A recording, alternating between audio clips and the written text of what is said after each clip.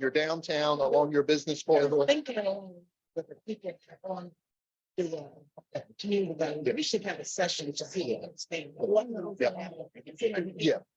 yeah, what you can do, what you can't do, Exactly. how we can help you do it. We should do that. Yep. Yeah. Right. Exactly. Pull up there. Hey, Jackie, stand in for that. Yeah. Oh, that was here. Michigan. Yeah.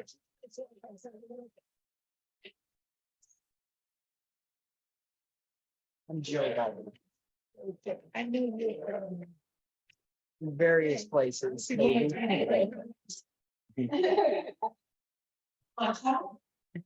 right. Hi, everyone. Welcome. This is the section panel on I81, Micron, and ReZone, and how we expect there may be some consistent impact of these changes to our rural landscape.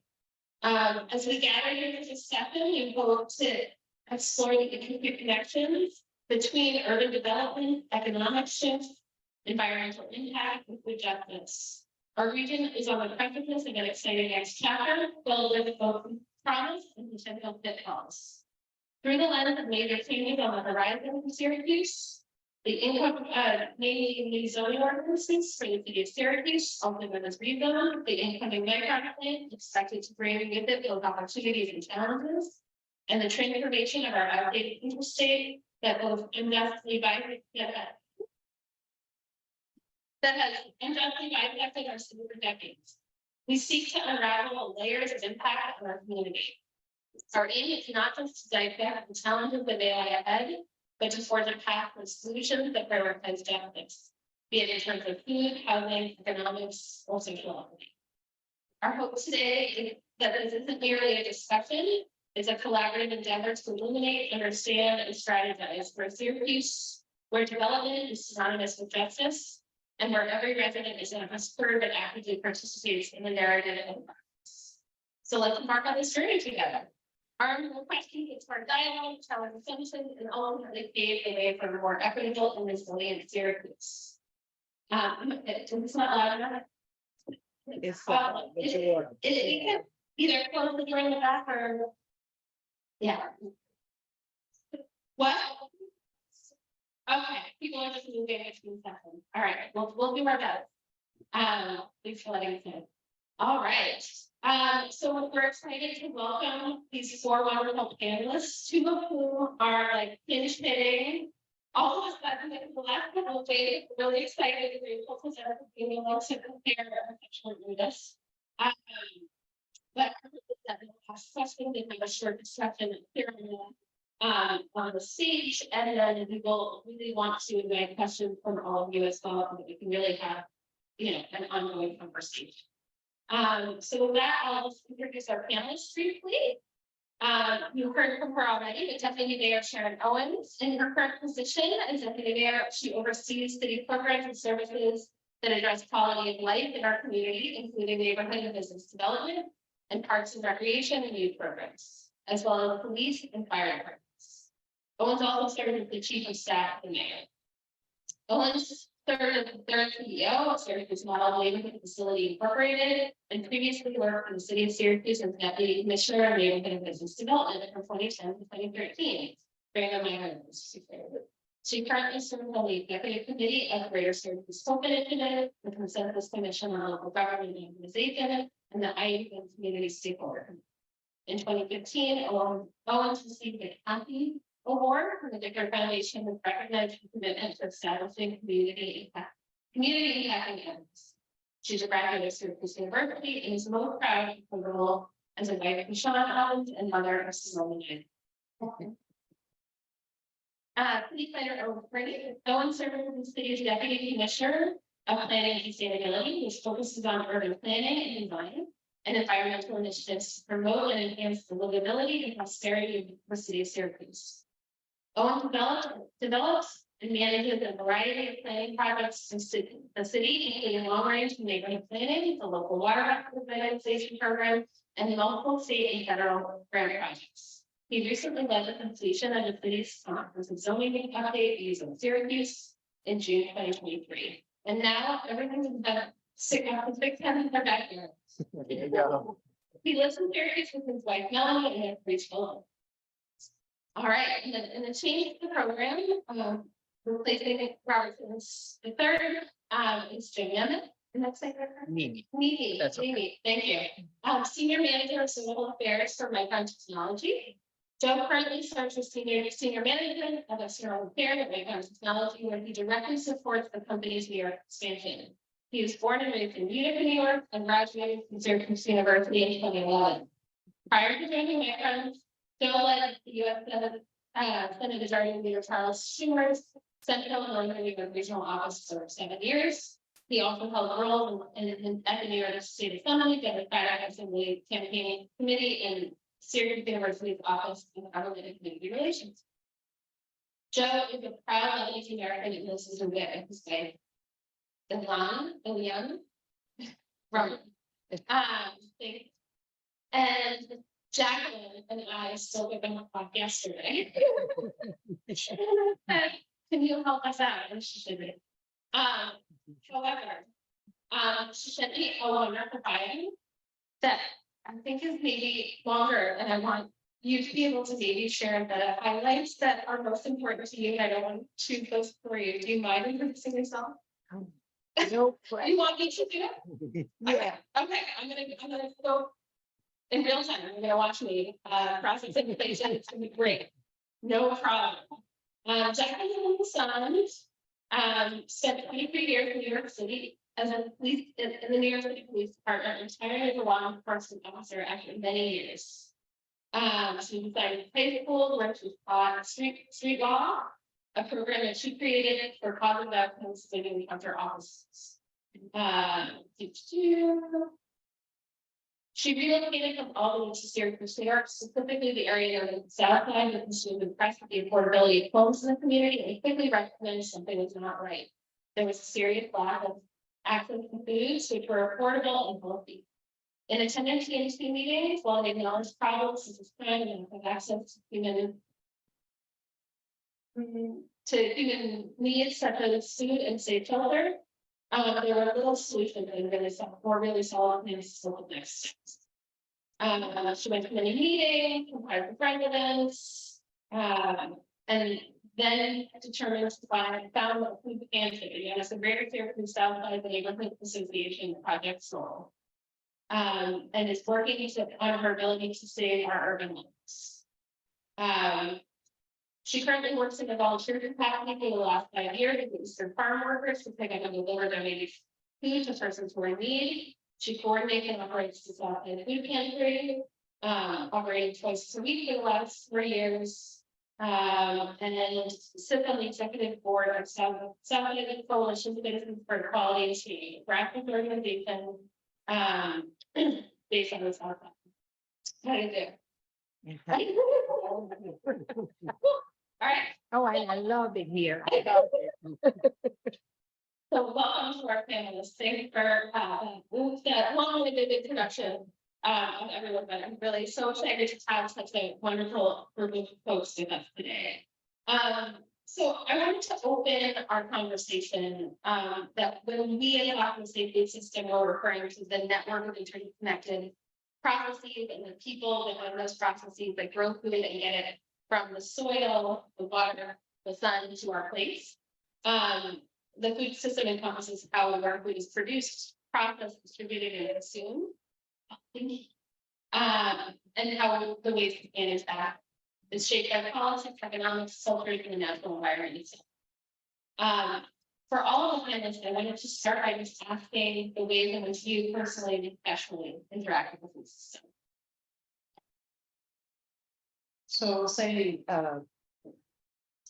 personally, interacting with food, I'm blessed to be able to be, have a time, be able to get to a grocery store that has fresh food, fresh vegetables, and the processed foods that I'm trying really hard to stop eating.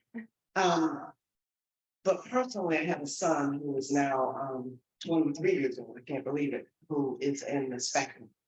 And food for him is something very, very, very particular.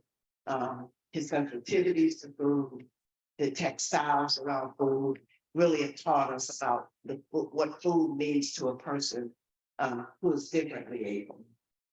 Professionally, my interaction around food is the conference. I was having a conversation just before I got to this panel about the lack of food in the typical sense that we think about it for grocery stores.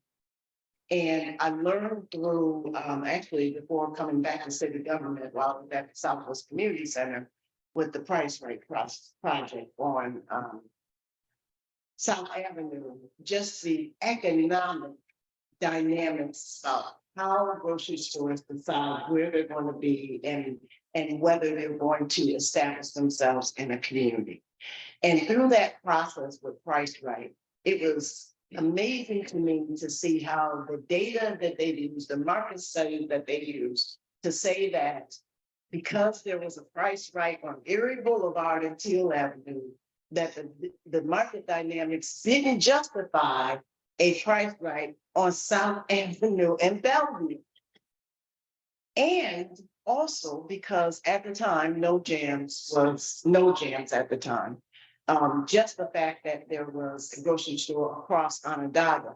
And it took a lot to Ms. Washington's point, a lot of advocacy on the community-based level to get them to understand that Onondaga Avenue, when it comes to just going to a grocery store, might as well be denied.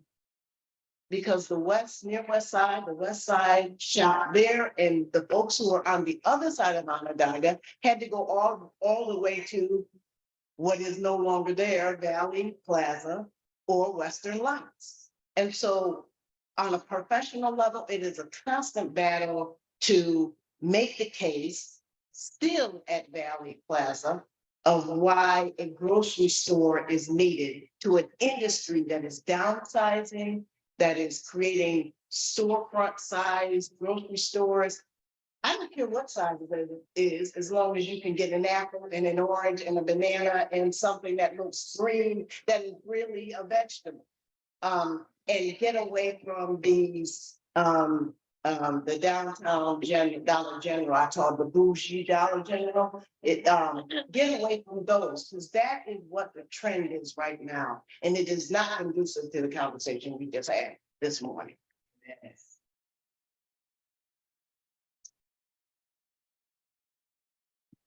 Good morning. Continuing in that line of thought professionally and recently, as Maura had mentioned, my role has been my interaction with food systems has largely been based on policy and the city policy.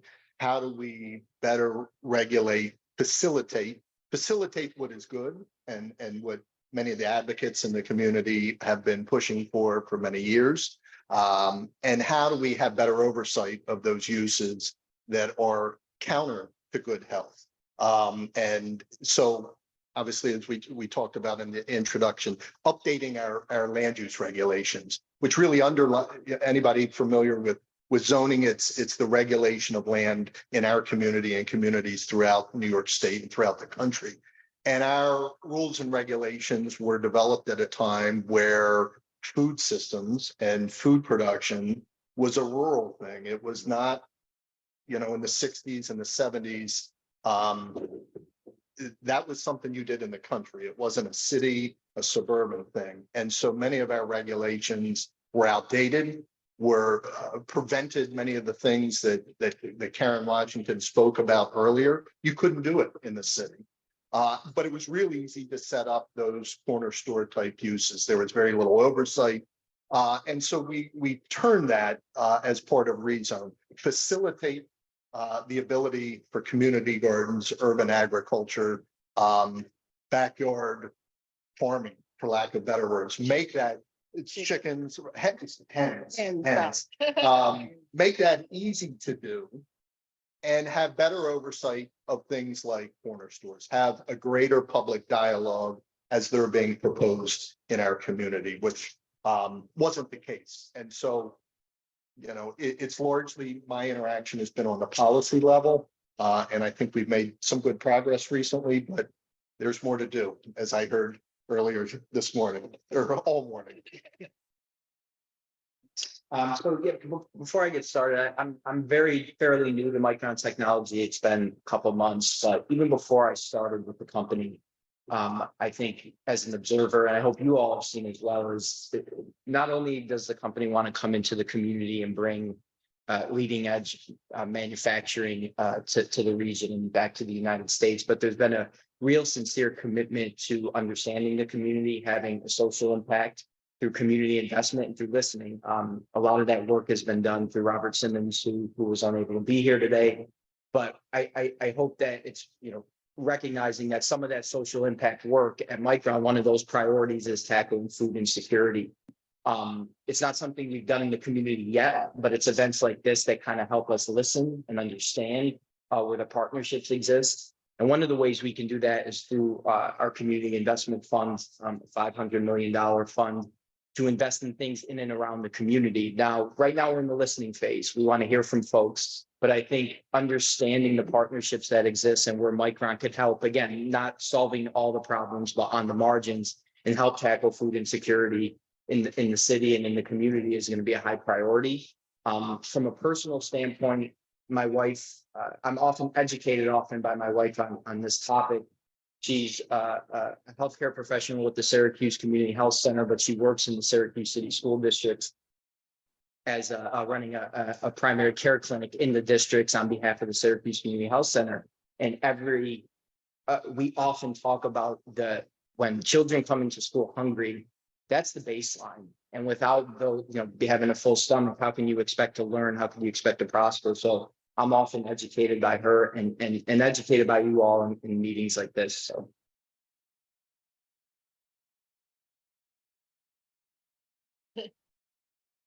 I apologize because it was last minute and we have the food pantry until 1 a.m. A lot of times because of food rescue that we partner with Syracuse University student with.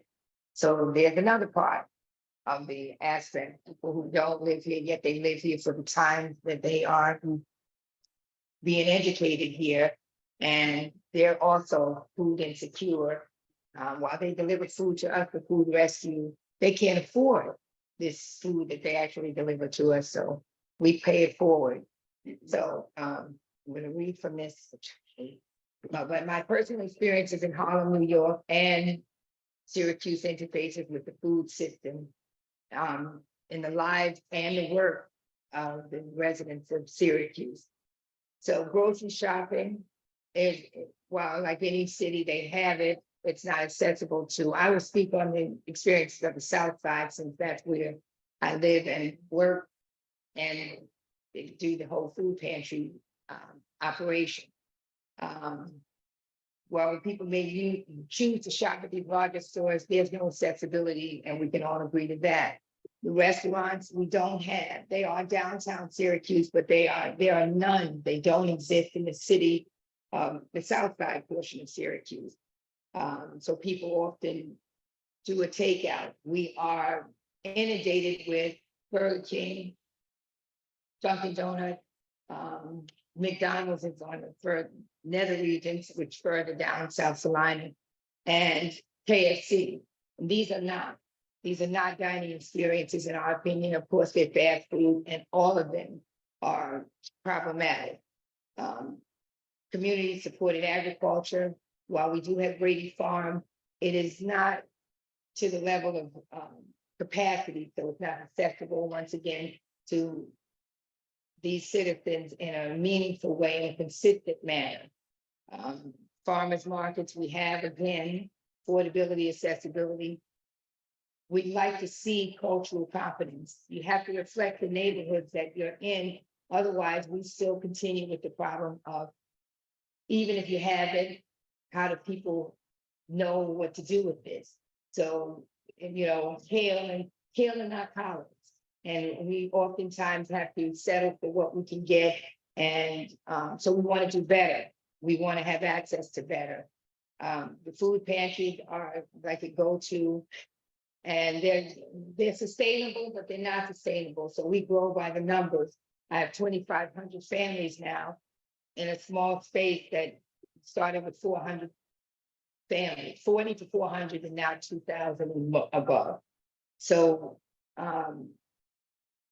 We like the dialogue, we want the communication, we want the outreach, but we want a farmers market sort of enclosed food supermarket, because food supermarkets have gone by the wayside at this point. We don't want sodas, cookies, candy, any of those things that are packaged in Dollar Tree, Dollar General, dollar, and yet nothing to do with what we actually need and want. So we're interested in the dialogue and doing better with dialogue. We have the spaces, they are boarded up. Let's do better with that. Tops is an option, but so is security, because food security, and I push back on that food desert, just as you said, the control fire. It is, I was a person of security when Nelson Mandela and Bishop Tutu came here, and they say it's not apartheid, it's apartheid, it's apartheid. You think of hate, this is what is happening here. So it's intentional, and we want to push back against those barriers in the most meaningful way. And of course, our politicians have to, and elected officials and or agencies have to hold them accountable, because it is a continued source of our angst. And now Micron, couple that with that, we already have a problem and we don't want to exacerbate it. Micron or any other incoming is great, but we have to deal with what's already here and make sure that we have food and available healthy choices to all and not to some. So did I get off topic? If I did, blame it on the mind, on the brain fog. Wonderful, thank you, both Paul. So I have a question prepared for each of you, and then we'll turn it over to this wonderful expert audience. So the first question is for Joe. Historically, Indigenous communities haven't been included in STEM education conversations or discussions on food insecurity. What are your efforts on relationship building in Indigenous communities here in this area to bring them into these conversations? What role do you see them playing as educators of Micron as you enter the community, and what types of collaboration are you working? A great question. So I think Micron enters the community as trying to understand and listen and learn. We, since the very beginning, have engaged a lot with Indigenous communities locally, the Onondaga Nation, as well as the Oneida Nation, a bit east of here. A lot of interactions at the Onondaga Nation School, engaging with some of the Indigenous teachers there, learning from them, because I think that they're, as you said, often left out of STEM conversations, but have so much to offer when it comes to STEM. I myself, we participated in a site walkthrough in Clay, New York, where the planned site is, with representatives from the Onondaga Nation as well as the Oneida Nation, to have a discussion on cultural resources, trying to include them in the site planning process. And I think from a perspective of really leaning on the existing expertise that we have in the Indigenous communities, spending a lot of time at the Onondaga Nation School, as I said, we've been lucky enough to have I'm sure some of you and many of you have heard about our CHIP camps, where we go to K-12 school districts and try to educate kids and get them excited about careers in STEM and science. And we've really been lucky to have many children from the Onondaga Nation participate in those camps and get excited about those opportunities, but really doing it from the perspective of us listening and learning from the techniques that exist. I think that's important, right? We can't come in and expect that a top-down approach. And then lastly, from a macro perspective, we have a really great partnership with the American Indian Science and Engineering Society. So to make sure we're bringing in best practices as we try to recruit Indigenous communities and people from Indigenous communities to come and work at our facilities. So, you know, to recap, it's about listening, and it's about spending time trying to understand and leaning on the expertise and the knowledge that they have to provide especially when it comes to STEM education. Yeah. I serve on the New York State Micron Community Engagement Committee, and we're doing focus groups all over. Have we met with South around this topic as a focus group? No, Add to the list. When you do that, go on the website and in your process. We can follow up with you. Yes, absolutely. Beautiful, see action happening in real time, wonderful, thank you so much. So the next question is for Owen. So Syracuse has a strong history as an industrial city, and like many cities has gone through periods of population growth and population decline. And as a, and I think we're all anticipating population growth in these coming decades with these changes, and there's a lot of thought and a lot of planning around that. But how do we build better and stronger this time around, so that if there is an eventual decline, we are in a position where we're not hurt as much as we have in the past?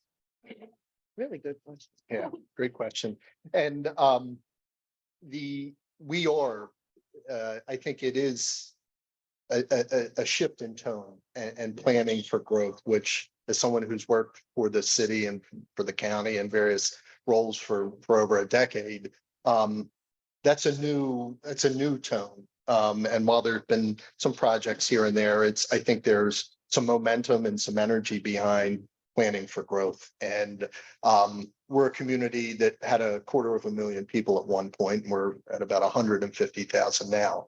So we know that this is a city, and my role is really focused specifically on the city that can accommodate density, that can accommodate more housing, that can accommodate active and vibrant business districts, that can accommodate just an amazing park system.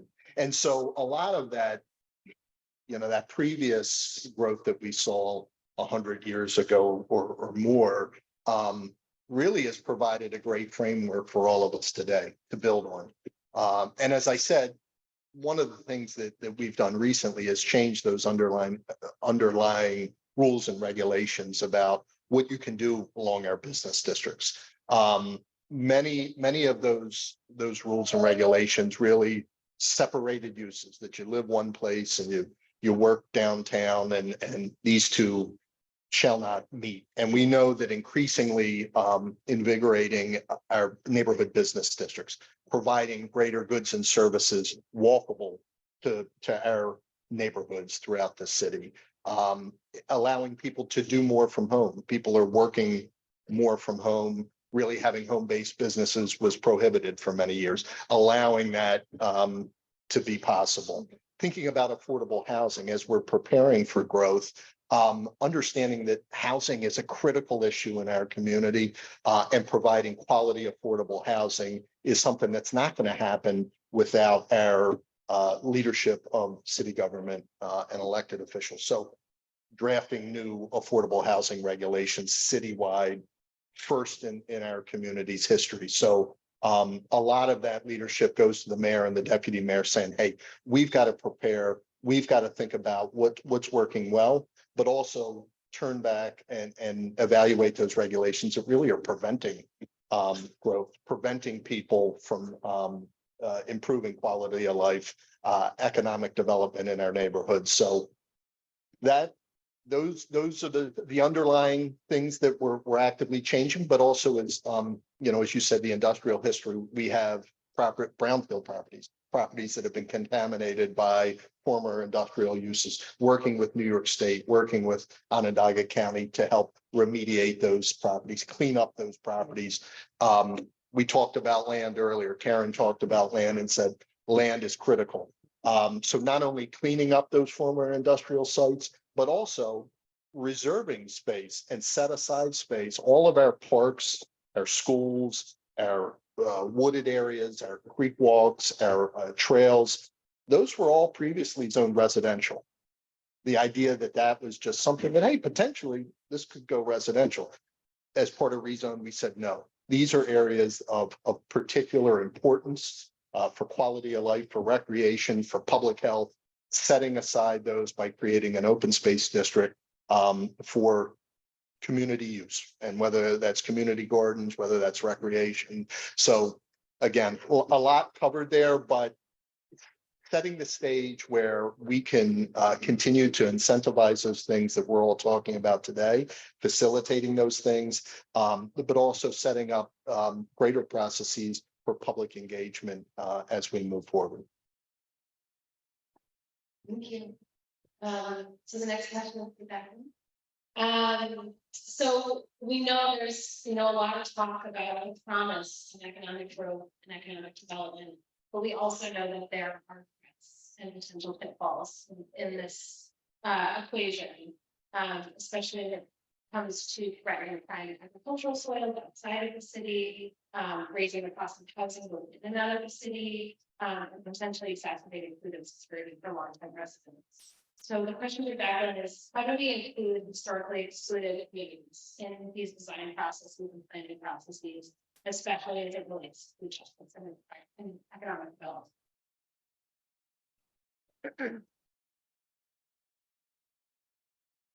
You're gonna notice I do a lot of prepared statements. If I'm passionate, I go off the reservation and I'm trying to say it. So. I'm with you. So, okay, in my personal experience, community engagement, of course, is key. It's always important to pull in the community, to have the community buy-in, so to speak, as to what is happening. Oftentimes we watch and we only read about it in the paper or after effects. And there's afternoon meetings when people get off in the evening, things that we see are not inclusive of what people want to call communication. So community engagement actively involves historically disinvested communities in decision-making process. It can be done through community forums, town halls, establishing community advisory boards. Ensure that community members have a voice and are included in discussions about policy, programs, and initiatives that directly affect them. Equitable resource allocation. Prioritize resource allocation to historically disinvested communities. This includes investing in infrastructure, education, healthcare. I say affordable housing, but I really mean low-income housing and economic development initiatives. By directing resources to these communities, you can bridge the gap and provide opportunities for growth and development. 3, collaboration and partnerships. Foster collaboration with community organizations, nonprofits, local businesses that have a track record, emphasis on track record of working with historically disinvested communities. These partnerships can help leverage resources, expertise, and networks to address systemic issues and promote equity. Number 4, education and skill development. Focus on improving educational opportunities and skill development programs in historically disinvested communities. This can include initiatives such as after-school programs, vocational training, scholarships to ensure that residents have access to quality education and skills needed for employment and economic mobility.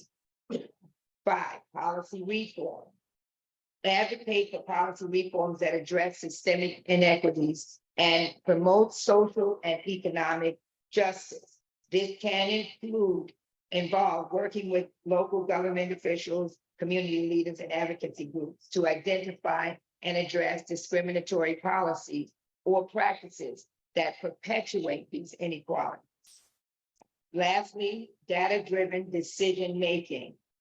Utilize data, you all might say, to identify disparities and inform decision-making processes. Collect and analyze data on key indicators such as the education, the employment, the healthcare, the housing, to understand the specific needs of historically disinvested communities. This data can help guide targeted interventions and measure progress over time.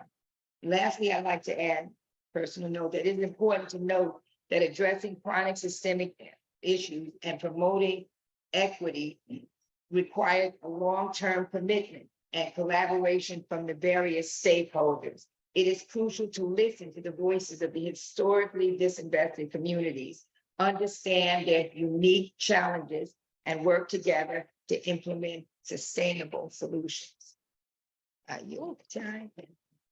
I have a copy for each of you. I was gonna say that. It took, I finished at 6 a.m. So great, thank you so much, Jaqueline. Right, so my last question is for Deputy Mayor Owens. There was a report released earlier this month by the New York Health Foundation surveying municipal leaders from across New York State. And one of the findings is that often food insecurity and other food injustices are less visible to municipal leaders and other public officials when compared to like food tangible concerns, like infrastructure needs and housing, for instance. How can we as advocates of food issues make issues of hunger and food justice present and action for public officials, business leaders, and work in economic? Well, first of all, I'll get a copy of what Jan. I'm not sure who answered that survey, but the mayor and I and teams about every month during the warmer months of the year walk neighborhood. So we get firsthand view of the construct of neighborhoods and see firsthand the food options for people, which are not good. In almost every neighborhood we walk in.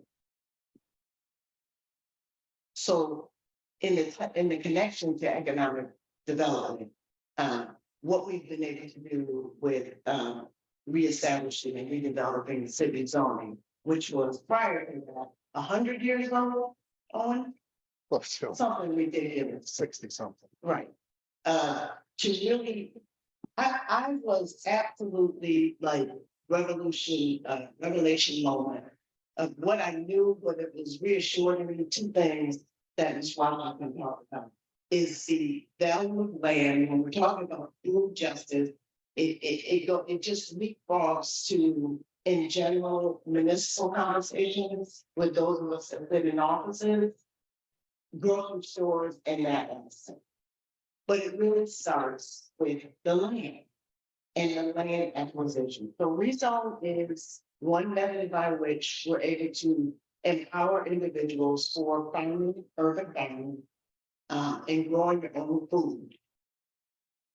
But another aspect for me, and I'm working with the unified court system in December, and I'll make sure you get this date, about land acquisition and land possession and land in our own families as assets, particularly in Black and Brown communities, where we just do not understand the value of what we own right now.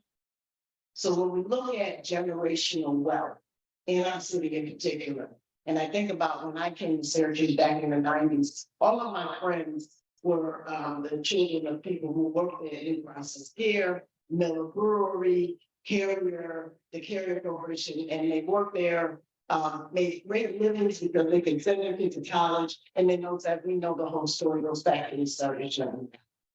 But those individuals were the first, the strong, I haven't seen since that time, the strongest Black middle class in the community. Own homes, own land, own property, own businesses, because they have generated enough wealth in their families to send their kids to college and own land. What we have seen over the course since then, in that downturn, and when people had to leave to follow a job or decided to stay and didn't get a job or equal quality to what they had, particularly earning power, is that we're finding that that generation now is getting older and passing on. Their children are moving into the building with no legal rights to that point. They can't get a home improvement loan. They can't have any ownership rights to the property. So what I'm really passionate about, and we're going to be doing this in December with the Beautified Courts, is how do we establish the leadership? Where you're going, how do we get your food? But it's about land. How do we empower people to do living wills and trust? So you maintain your family's generational assets. Whether that asset lets you grow your own food in your backyard, or you were there for the speculators that are all over the place, waiting for my time to get here, you have a piece of that pie. Don't, and listen, the land has been a huge asset because it gives us an opportunity to fight off speculation. But I rather, Sister Jones' daughter keep her house than it go to the land. And so we are going to be working very hard to empower individuals. It is not complicated. It's not a drawn out process. People will be shocked how easy it is to put together a living will. So there is some line of succession for that valuable land. Land is where economic development starts. Someone recently came to me and said, Sharon, I got a project I want to do on the Southside. Jackie was in that meeting. And I want to be able to do this. And I said, it's a great opportunity. Do you have site control? No. Without site control, you have no project. So we need to, and when I say we collectively, that marginalized community, oh, it's just my grandmother's house. Your grandmother's house has a lot of value to somebody else. So it is key to get control of that land. I was over there on my phone taking crazy notes because it is about the land. I think I'm.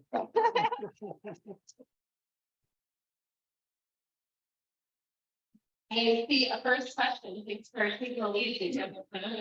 Just moving my documents. Yeah, hello, James. I have a question, so like, if we're talking about land and all that, right?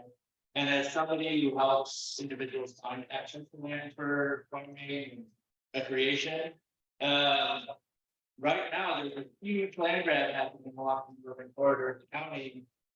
So I'm curious, what is Micron doing right now to kind of help succession planning for people who own land along that corridor, or keep it in conservation for land versus, like, for example, on Panel Avenue, there was the land, 65 acres, went up for sale last year, sold for $250. Due to the tax records, I saw the person who bought it is in Texas. And now we have it listed for 1.2 million. So, like, what's the plan here? Like, we're talking about food government. You know, I got my start in growing food in Chicago, and urban gardening is important. Everybody needs to grow food, touch soil, feed themselves, but like urban gardening alone isn't going to feed community. The outskirts and those rural communities that really work to aggregate and bring the food in. So what is going on? Yeah. Okay, I need to take it first. So it's a great question. I think the first part of your question about speculation, and Sharon mentioned it. I don't have a comprehensive solution to land speculation. I think a lot of that involves private industry and policymakers and coming together to figure out a path forward there. But it is a significant problem. I live here, I'm from here.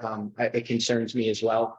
I think it's part of, to the other point of the question, Micron is building a very large facility in an industrial zone land, but part of the site preparation and building process, if we're getting rid of wetlands on the site, it's Micron's job to get that and go and replace them in other parts of the community. So we're in the process of working with state and federal regulators to identify sites across the country to replace and grow wetlands.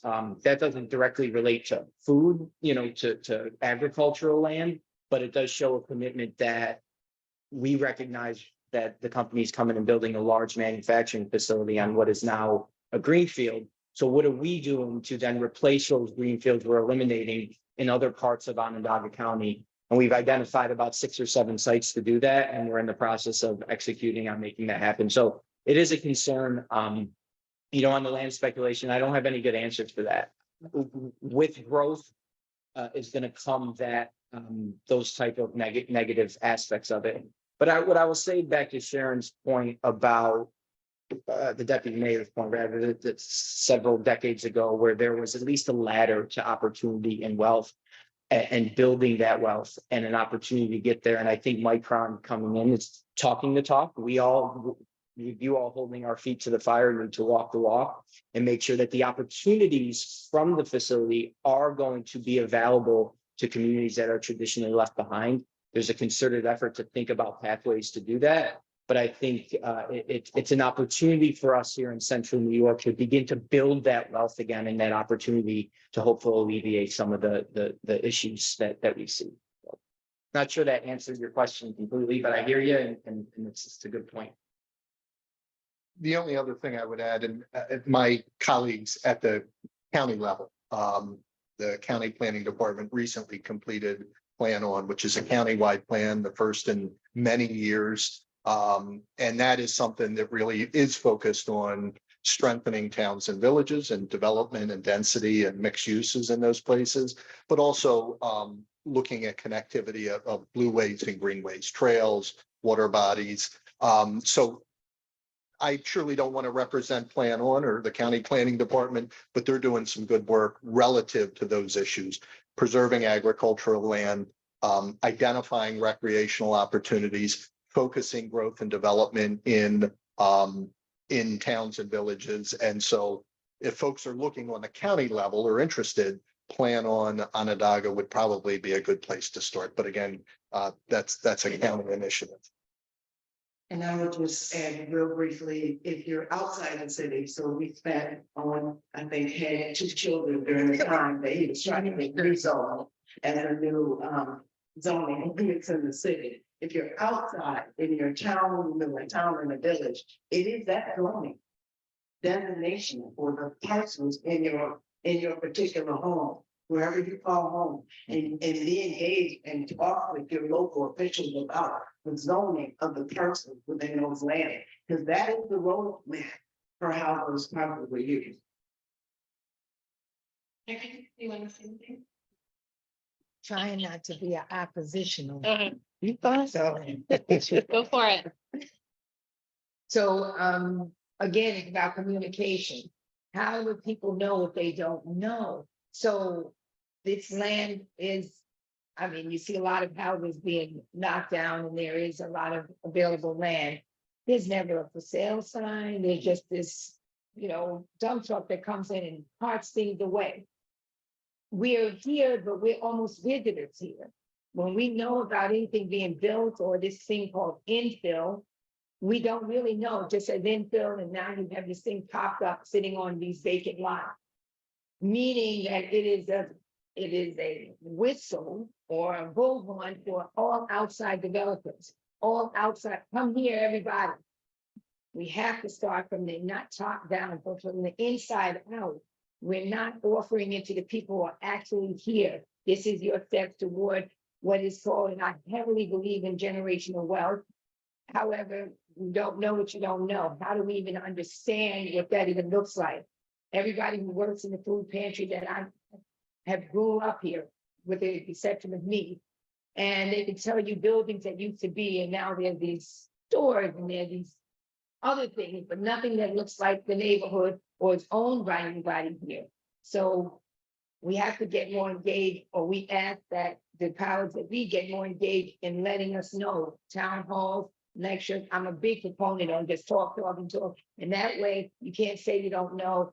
It doesn't have to be thousands of dollars. They're selling back our property to us at $300,000. The church that Deputy Mayor talks about, we were trying to get that $300,000, but it's in our neighborhood and we have so much use for it. And so how does that even happen? And so we have to look at and investigate and take apart what is happening here. Oh, you can't afford it.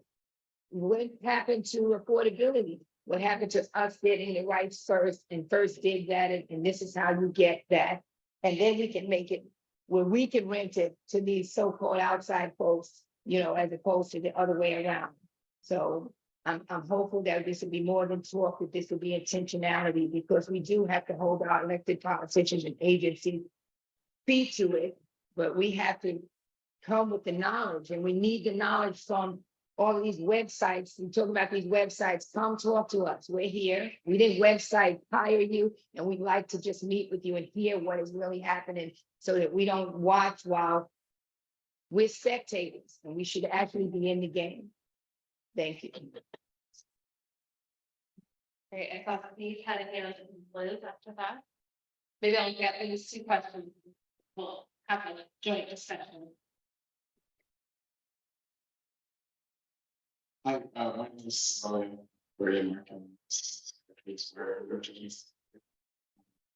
So I've been wondering why I can bring this more. The consequence of growth. Because this constituency where not on the arguments.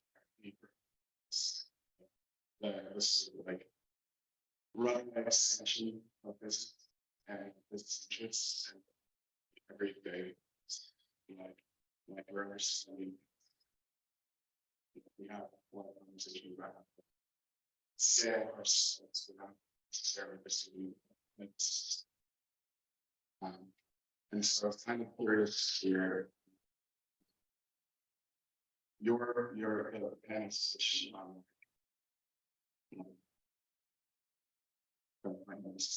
what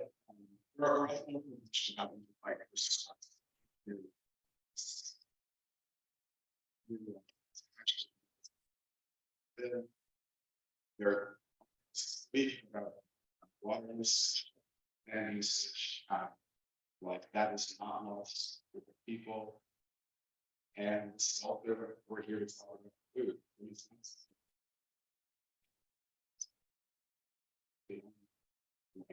We talk about situation more. Just take advantage. Like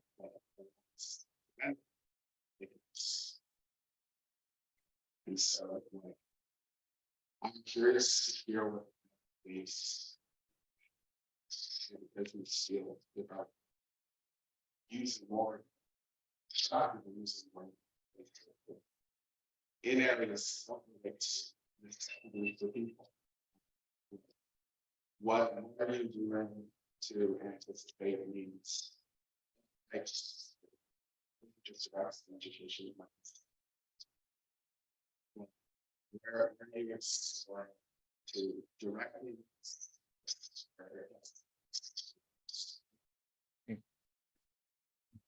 Okay, thank you, Steve. And I'm gonna come back to Liz and Kathy. Get ready, we'll get back after that. So thank you for the question. I think so first, we talked about the end of your question of, investing in areas that might not necessarily have an impact on us or that are traditionally don't receive that. So again, I recognize, I think we all recognize the tremendous amount of opportunity from this project, but the tremendous amount of challenges that are going to arise as part of that. And again, money is not everything. Investing for Micron to say we're going to invest $500 million in a community investment fund is not going to, I should not expect that you all will take that at face value and say, oh, great, no problems left coming. But we do have a commitment through a community investment fund, the $500 million community investment fund, in addition to what's being invested at the site, to invest in things like transportation, to invest in things like housing, to invest in things like childcare, workforce development, and food insecurity. As Sharon mentioned, she's a part of that committee. We are going throughout the committee holding community focus groups.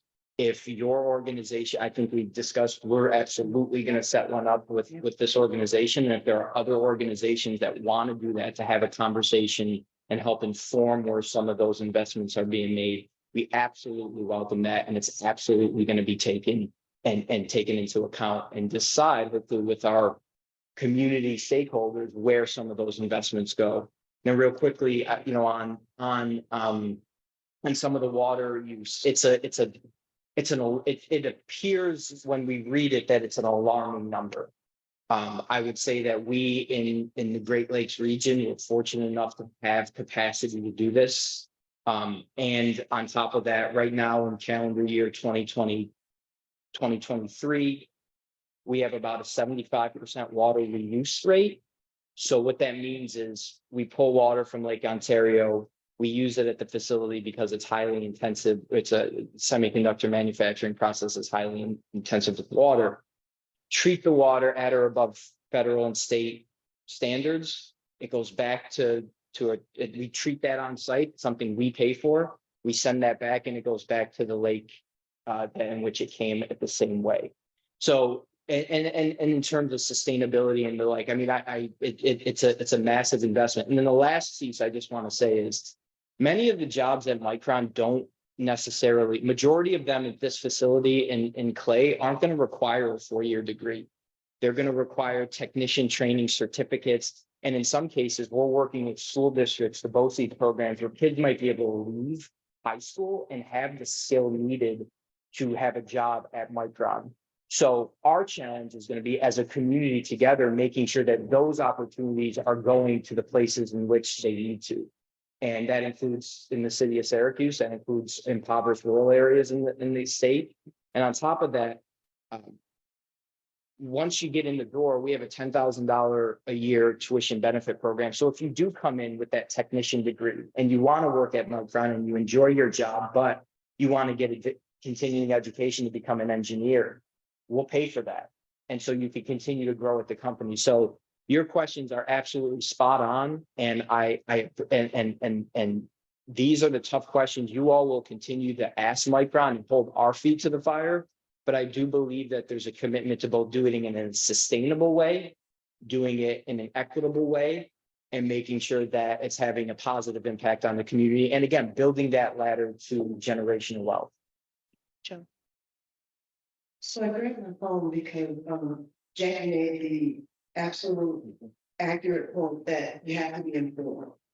And so people don't know what they don't know. So what I wanted to make this group aware of is that the city's neighborhood and business development department, particularly the economic development department, is holding a BIPOC developers on November 1st.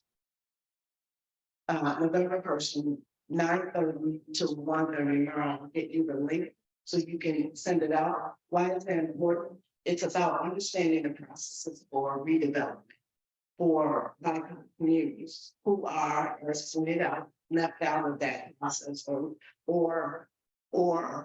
late to the table in that process because they're unaware of resources, what funding sources, what processes need to happen.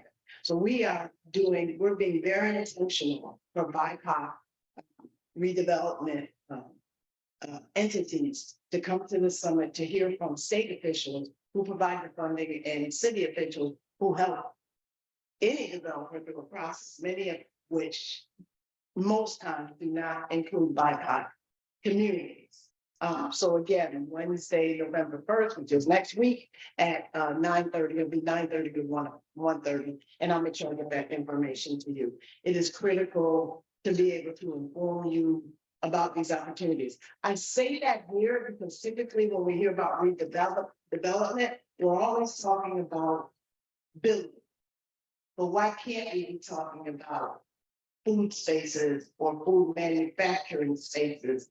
And again, going back to Ms. Washington and what she said about even in redeveloping, changing the model about green space incorporation in development and making that a requirement, policymakers around proposals to us that not only are people on top of people, but people who have a living relationship with green spaces, the rooftop, green spaces that you talk about. So really, as we look at development going forward, I can only speak for the city of Syracuse, but again, you don't live in the city.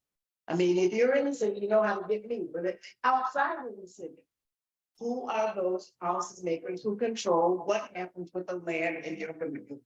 And so BIPOC Summit, and also I'm telling this group about that because let's start thinking out of the box about what redevelopment is. Okay. All right. Yeah. Oh.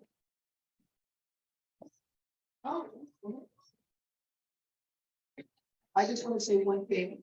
That didn't sound great, but 9 to 1. There are a lot of people that will work, but they can have the same meeting from 5 to 8, where people who do work and come to those meetings, child and stuff, that will be great. I will tell the staff to do a part 2. So Liz, from your papers. In relation to the last question we asked about in the utilization and resources in Micron, within the city and the county exists a number of brownfields. It's kind of a multi-part question. Who is liable for this cleanup? Is anyone held accountable for the cleanup and stewardship of that one? And what can or should we be doing to various states that useful clean lots utilizing it? Yeah, thank Mhm. Okay. Yeah. Thanks, Liz. And as you are well aware, there are those brownfield, those contaminated parcels throughout the city, and really beyond the city also. Some of those are former gas stations, some of that's former manufacturing. Many of those things occurred at a time where there was just less oversight, less regulation, just again, for some context. The city, New York State is largely, at least the work we do, New York State and the Department of Environmental Conservation really largely has jurisdiction over there, over those properties. And a lot of that work is determining who is responsible.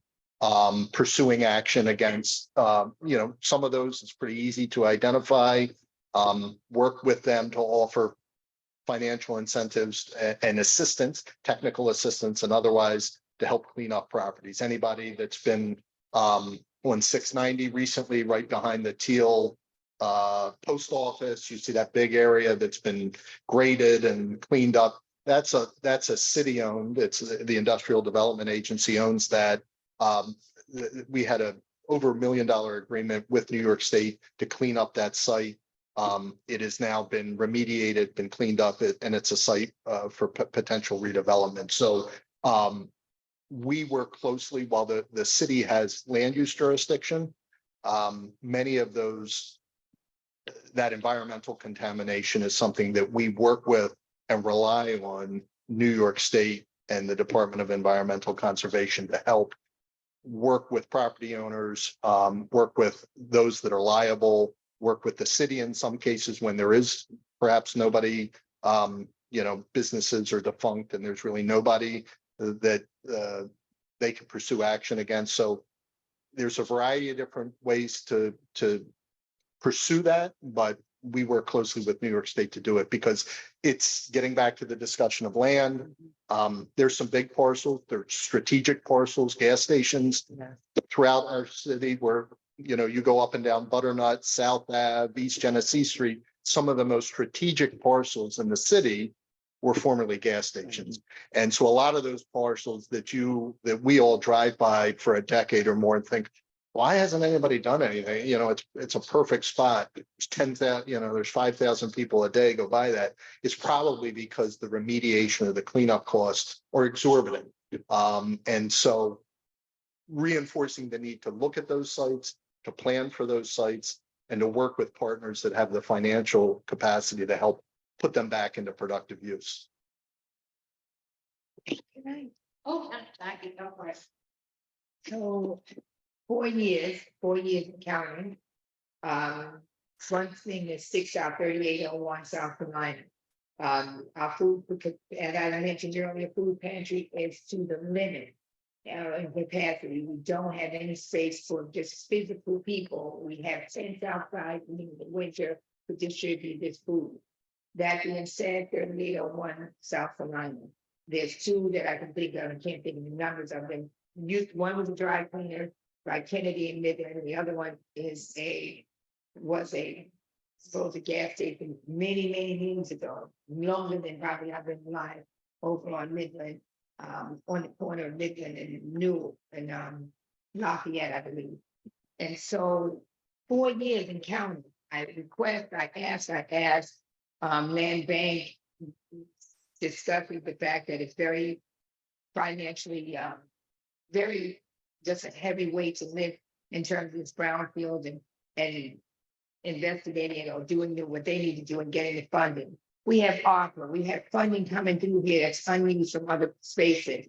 Sure, because there's a need for farmers market slash, not just food pantry, which disturbs me greatly. Farmers markets and outdoor and indoor places and spaces that are walkable, that are in the walkable area. And yet you're right, people drive by it time and time again. I inquire, and every year I get told the same thing. Right now, 3801 has been for bankruptcy. They cleared that, and now it's a matter of the legal process. Where is the fast track process? Where is the intentionality? Because places like ours, we can close down based on just inability to even let people inside. It's not a human right to have your food distributed to you on the outside of the building. Even if it was to do farmers market, we have no space for it, but we have the space, but we don't have the space because of this so-called brownfield. By Sears, there was another space, really wonderful, and as soon as I eyed it, I saw the land bank and they leveled the thing because, okay, we did brownfield, we had to test it, all of these things, yet it is just, we're wrapped in this bureaucratic tape as opposed to just doing better to release things. We're gonna talk about this food desert and we're gonna talk about high lead levels and all of this higher child poverty rate. And we have the resolution right in front of us just to be able to get access to people with real things. And I ask that we do better. This brownfielding is not some enigma, but we have to do better at just getting the funding because it's here, we're not broke, and getting it released to the proper channels because we are hurting and we continue to hurt. And we have the space, now let's use it. I mean, we have the funding, now let's use it, is all I say to that. Thank you. Somebody get Kathy, we're almost at time, somebody get Kathy and then that a lot. The mic, and we'll take it back to the panelists a little close. I've got an interactive issue. The city of Syracuse does not have natural streets. It's not yet. Fence, and all of it's seats. That was not every national reason.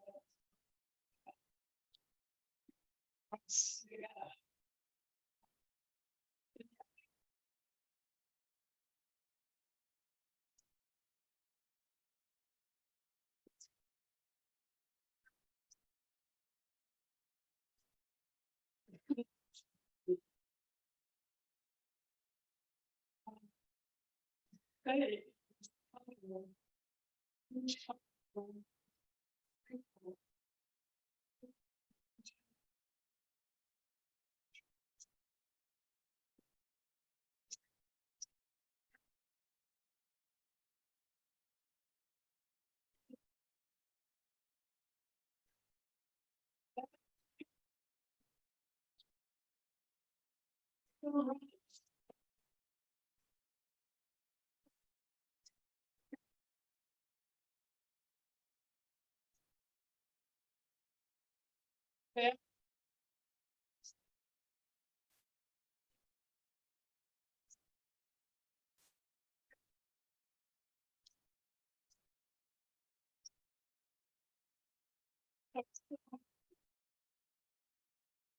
So,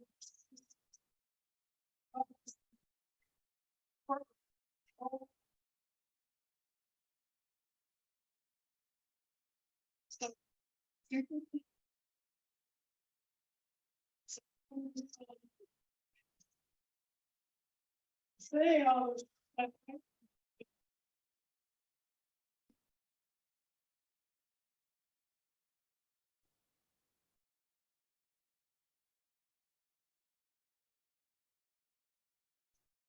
which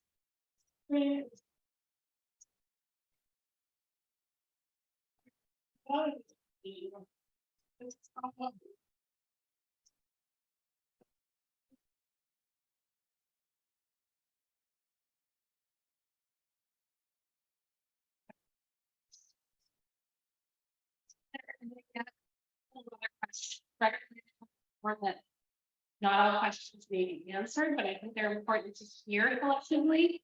I'm gonna go Amanda, Ron, Rachel. No, you're good. Okay. One more, okay, I'll know your name, the first time I ever really nice to meet you. Good morning. My question is for LGBT people is how exactly you can support urban agriculture in the city? And I can say from my experience whenever I go to the city, I can get them with urban agriculture. They kind of tell me that they'll support whatever I'm doing, but then I be like, I ain't got it on me, I'm just things that kind of sort of like, pay it together. So, I'm gonna say, in particular, like I'm saying, about the rezoning and I got people showing up. You know, like the fiscal chief, principal with the biggest Syracuse. And I can say per capita, Syracuse had more food there, our food part than any other city in the nation. So it is a problem that we do know is happening in the city. So why can't y'all be intentional about the growing space within the zone? And for the STEM guy, get a university running the STEM. So me, I feel urban agriculture is education food. So part of what y'all can do will be embedded into the education of urban agriculture. So that we can get some funding, so we can get some food garden and people.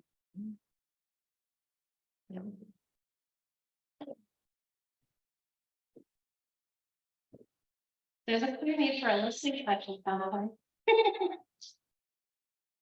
Hi, good morning, my name is Rhonda. I'm here with, members of Food Access Healthy Neighborhoods Now. We are a community organization that began, summer of 2022 because, some of you may not know about the Panelists, the Syracuse, down 3 miles down the road, Main Street, has not had a 2018 class left. And I think because of that, they had other issues that were going on. So that's the fault of that. But to fill the gap and bring back some fresh food, because Family Dollar, Dollar General, Dollar Tree are not places for folks to eat healthy. So we allow them to break farm, come meal, University Hospital Healthy Heart Programs, Student Cares, and many other organizations that have been part of our farmers market have tried to help fill a gap. And we will also hopefully be bringing the winter market for the second in January. Our concern, and I need help, bringing some leverage. The property is owner has been very kind. Has been very kind to us, as far as having allowed indoor and outdoor sale. The property is run down, the property is not touched, but we're making the best of what we need to do to help bring that to the community. We're gonna renovate it, we're gonna do what that we're gonna go over people's houses.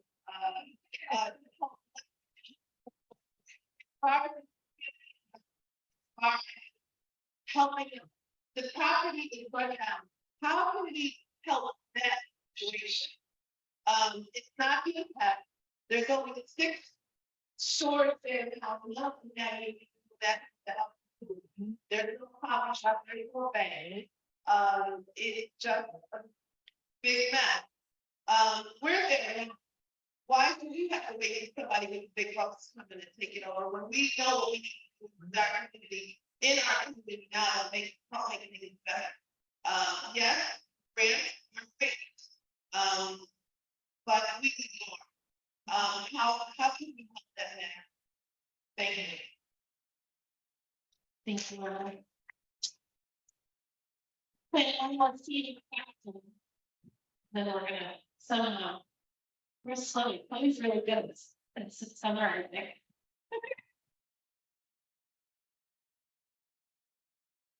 So, the second line, the branch manager at White Ridge Library for the academic house. Who is having information to us, so we really reach out to community and a lot of partnerships that we can make us better. One of the part of our communities have a lot of kitchen. And so my question for the panel doesn't have to be in this section, but maybe whenever there is some, is how reaching those newly arrived families so along with and trying to make a living, how are you reaching them to know that this is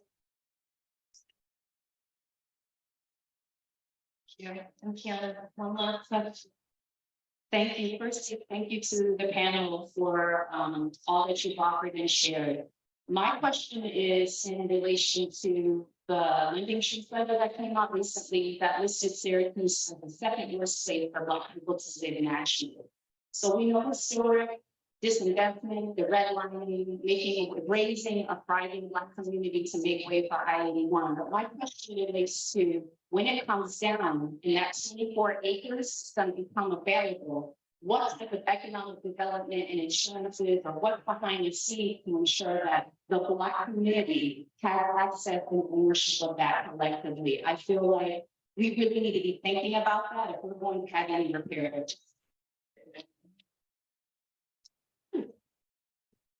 That's an incredible question. So we've got word that food is ready. But I want to give our panelists one, moment to share something to imagine these questions and also really focus on what's next. How do we continue this conversation meaningfully so that we have the opportunity to continue to dive in and answer these questions. So I'll start from the bottom, from the last one again. So I81, Vanessa Owens, Jaqueline has some group around the community land trust and all of that. If you're not engaged, please get engaged with that.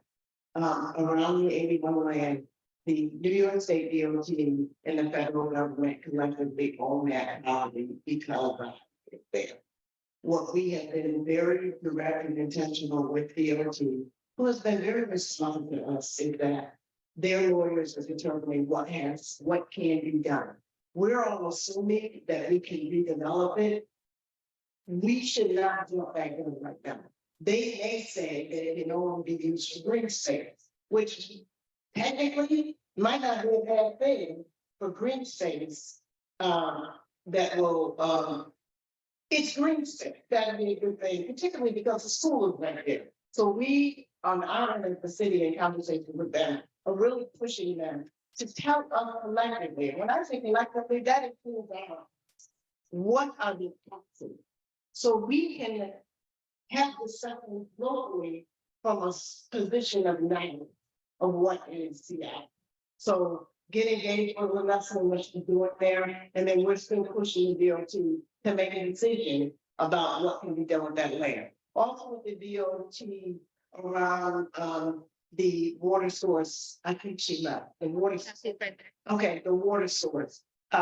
Literally last Thursday, we were in their office and this topic came. And so I will again tell them that in a community forum, this topic, and they mentioned that they were just talking to you around this issue. The response from the DEC is unacceptable. So you should be talking to your our state representatives about the DEC's lack of response to you. I may not know the answer, but you deserve the respect of me telling you I don't have the answer yet. So not responding is unacceptable. So Rachel May is here, Payne Hunter, Senator Assemblyman Nagarelli, any one of them, get in touch with them around the lack of response you got from the DEC. As far as the urban agriculture, I was saying to Owen, we have created a roadmap for ReZone now, or the new zoning ordinance around agricultural opportunities. We need to be intentional of bringing together, just what you said, individuals interested in that option now in the city of Syracuse for intentional conversation about how it can be implemented and not just putting the information out there. So I am committed to working with Owen as our sustainability planner now. That's his new job. He's no longer the ReZone guy, to be intentional about that. So, we had a conversation about Bell Plaza before I got up here around Mr. Palladino. It's a private owner. People, the city of Syracuse or any municipality, your property is actually protected to make sure that government can't just come in and take your property. So he has the option of selling it, giving it part of it to you to be able to use it however you want. You've been working with Eric, will continue to be here for you in whatever capacity you need us to send you a message to Mr. Palladino, who not only owns that one, but owns the plaza on South Avenue too. And I'm sorry. White Ridge, we have we have our office that we hired, who is specifically there for the needs and, as a resource to our Native American community. Before I leave, I'll give you my contact so I can connect you with them. I think I hit every one of them.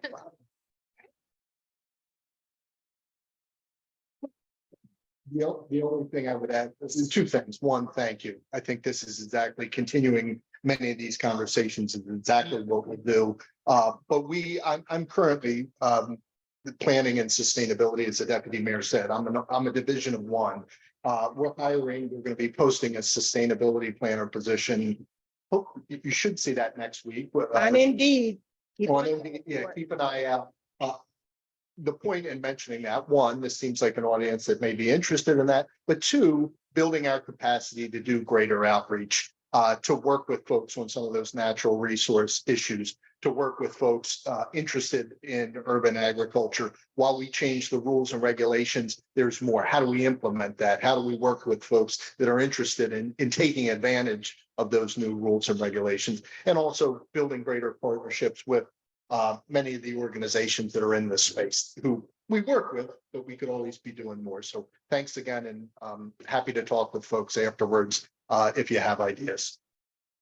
Yeah, I guess in closing, I just want to say, I hope that I recognize there's a lot of skepticism and concern about the challenges that are on the horizon from the investment that Micron is making. I hope that it's evident by someone from Micron participating in conversations like this, that we sincerely do want to be a part of the community, be a part of the solution, and we want to hear from you.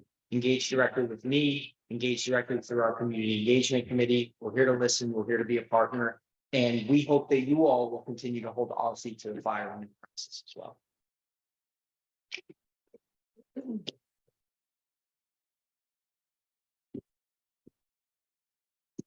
So I know the Civil Liberties Union has headed up by Vanessa. I do sit on the land trust board as well. And we just struggle with this transparency, and the DOT and other people were supposed to join and give us better insight. And we still are talking about it. We're talking about 4 or 7 acres when there's so much more. So you're right about that one, Tiana, and I would strongly advise many of you just look on, I hate to tell you about the website, but look on Civil Liberties Union website just to join, because they do have Zoom, so it doesn't take a lot of your day. Because many voices, there's more power in kicking these doors down, because the conversation is being had, and we mostly see it in the newspaper. And that land is a big deal, because when that bridge comes down, that land is should be given back. So we have to demand it, not ask, we really have to demand it.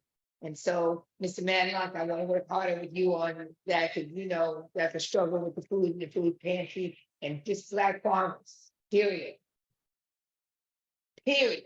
And so 1, 2, 3, North, we also have that from the white library. We also are seeing on the south side somehow a lot of immigration has been occurring. That we have a lot of language barrier, but they know they need food, so they're constantly at our food pantry. We can give them other resources, but we don't even have the reach to intersect with people who can actually dialogue with them.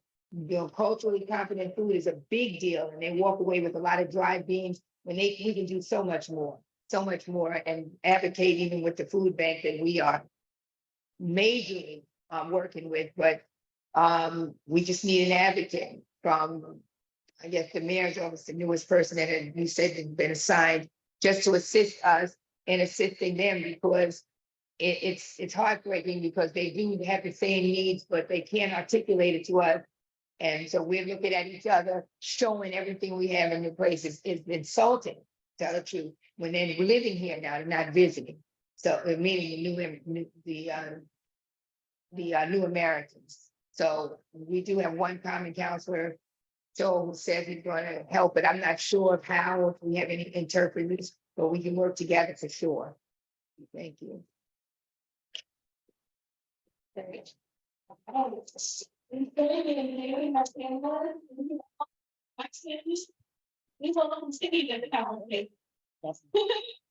Oh, yes, and the road.